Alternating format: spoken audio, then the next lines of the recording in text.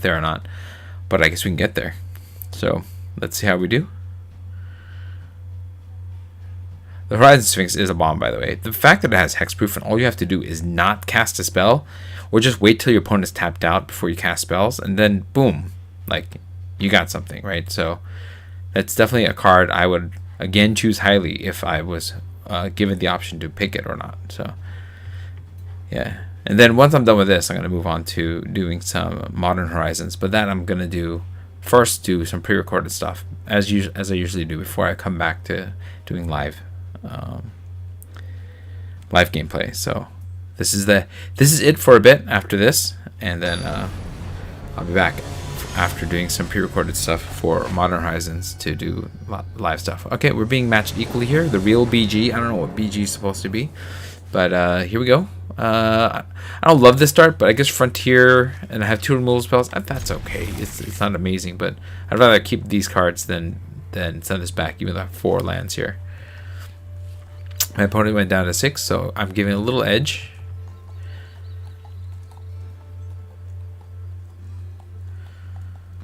Okay, here we go. They got green. We'll play this Frontier Seeker. If this dies, it's not the worst thing in the world. We got this. I'm passing one of my strong cards and then a couple other decent cards. Got a lot of lands. Don't need to draw them again for a while. They have a defender. They're not going to block this with this. My thing is way better to swing with. So I'm going to swing with this.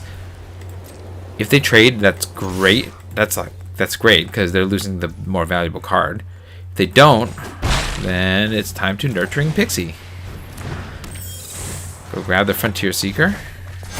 Replay the Frontier Seeker. Get a little bit more card advantage here. Drawing another Plains, great.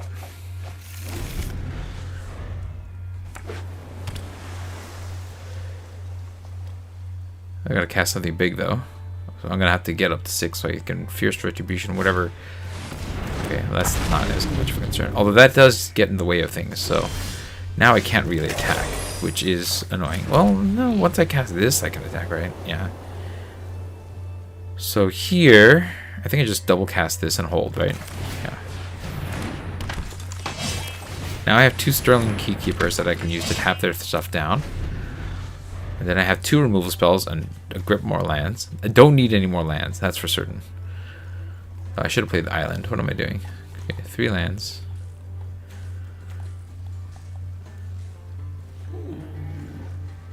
I'm assuming they're going to play something big and bulky, though. Like, they are in the colors for it. They have 4 mana.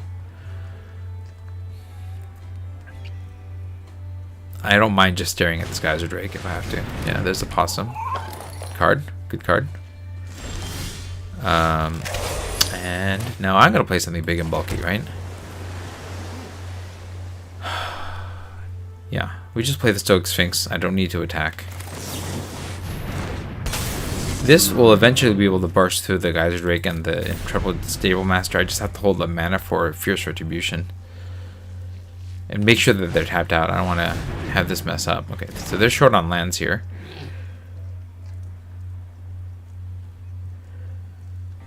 It's good that they're tapped, so then I can use Fierce Retribution next turn to kill whatever's blocking it. I just gotta see what kind of land. Oh, they didn't draw a land. Ouch. Oof. Yeah, we'll go to combat. If I can get a 2-for-1 off the Fierce Retribution, I'd rather do that. So we're gonna swing with just you. Okay, they just take it. That's cool. I think I cast Geralf. Then I'm just gonna start tapping them. Oh, I can tap an Ariet's Lullaby. That can get rid of the Geyser Drake pretty well too. Okay. We'll see how we do.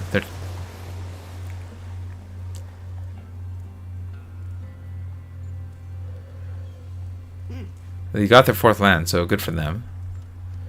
They still have a huge grip of cards, so.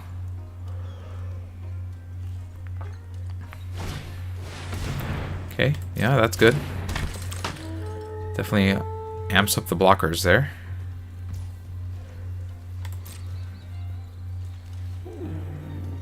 Okay, we're going to tap down the Geyser Drake.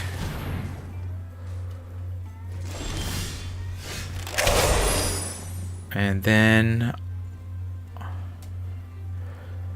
Okay, I think that this works. Go to combat. We'll swing with my flyers. It loses all abilities. Okay, so this is where I want to... Fierce Retrib... No. Is there a way for me to cast 2? I don't think so, right? I can cleave this to kill that, but that doesn't matter. No, that's fine. That's fine.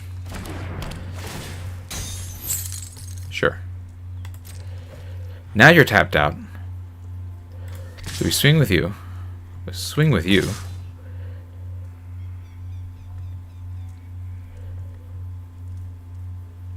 And stop here.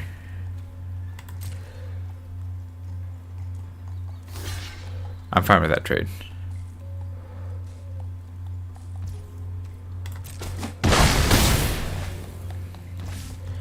Okay, now I'm going to tap this thing. Oh, it's a mount.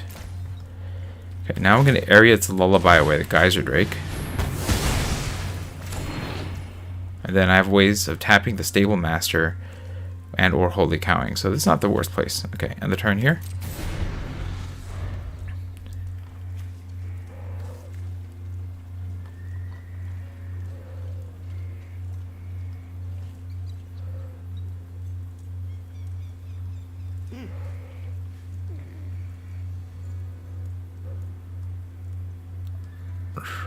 We'll see what they do. I mean, I'm going to hold up Holy Cow for the end step. I'll probably Keykeeper things if I need to. If they don't tap, then I'm just going to Keykeeper things. Okay, that's fine.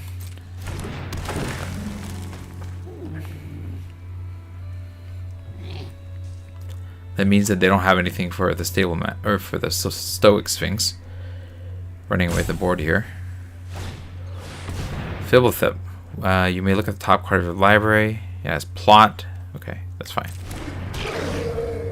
As ward. Okay, so I can't target that. That's fine. Yeah, you'll go to attackers. Okay. Whoops, cancel. We're just going to cast the cow. I want to be able to get in through the air. That's how I do it. Loan Shark is not what I want right now, actually. Okay, so we can tap down. Hold on. Both the flyers are going to get through. 4, 7. If we tap down, we can't tap this down, unfortunately. So that doesn't matter. Okay. So if I just cleave, take out the possum, and then play the land, go swing with the whole crew. They're going to do a double trade, which is reasonable. And they take lethal. Hey! I got a trophy! I got a trophy with this. I mean, yes, my opponent stumbled badly on mana and they mulliganed to 6. So I had the edge there just off of the random number gods favoring me. So this win isn't just like, oh, I'm a great Magic player type of thing. It's certainly a bit of luck and help from the random number god. But hey, I still got 7 wins, so that's great. So I got my gems back and then some. I'm going to open these 6 packs of Thunder Junction here, and we'll call it a night. Wow, thank you. Thank you, that was great. All right, there's 6 packs of Thunder Junction, starting with this one.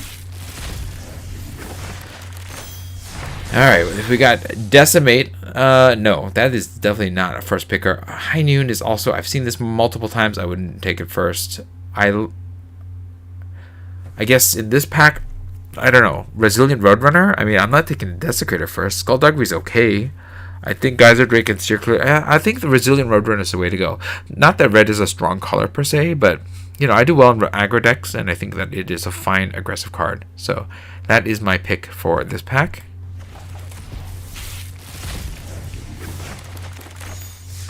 Then here, Caustic Bronco is definitely interesting. I've seen this draw a lot of cards, and then you can even do your opponent damage with the card draw. And that's probably the way that I'm gonna go here. I think Consuming Ashes is interesting too, but I'm gonna take the Caustic Bronco in this particular case. I'm not sure which is the correct one, but I'll take the Bronco just because it's a rare, and it has the ability to drain your opponent for you drawing a card, which is pretty cool. Yeah, so that's the way I'm gonna go here. I like Consuming Ashes too.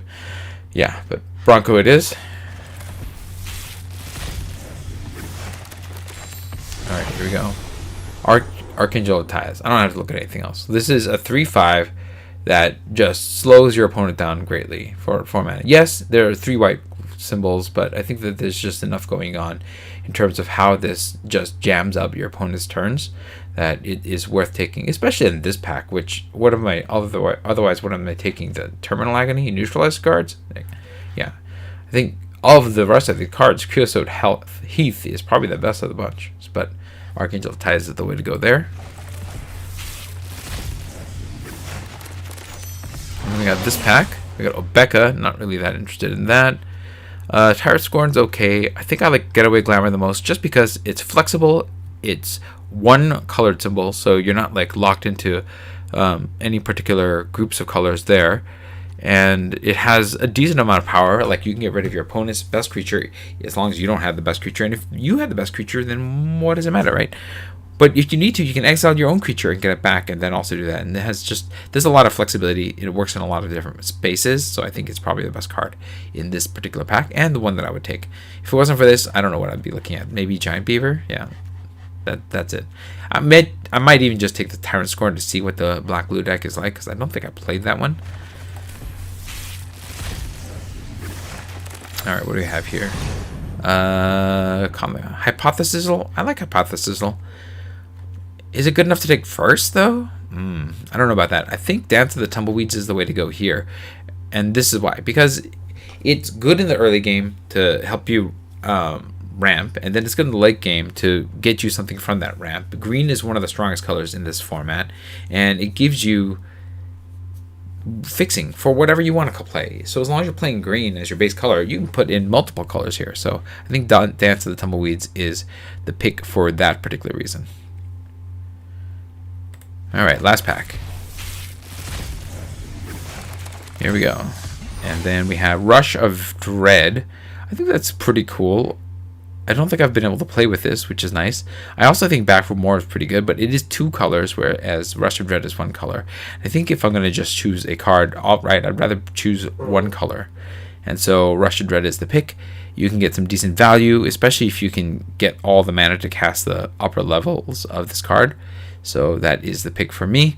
But, if you made an argument for Back for More, I think I could follow that and see where it goes. So that is that. I'm going to open 1 pack of Modern Horizons as well, since I'm already here. And I'm excited about playing this set soon. Here we go. Flare of Malice. Yeah, that's probably good enough. This is a not a May ability, so I don't like that too much. Suppression Ray could be okay. It is a land. It gives you options here. The Gargoyle's decent. This is 2 decent energy cards, but I think the rare is fine to take here, because this is one of those rares of this cycle that actually has a board affecting ability, and so you can do this out of nowhere by sacrificing a non-token black creature to do that. And if you're playing something with 2 blacks, you're going to have at least a few of those in the deck. So I think that this is probably the way to go. And that is going to be it for me. Let me know what you thought about this final game in the comments below. If you enjoyed this stream, hit the like button. If you'd like to see more of my streams, you can hit subscribe. This is Refresh. Thanks for watching, and I will see you next time. Good night.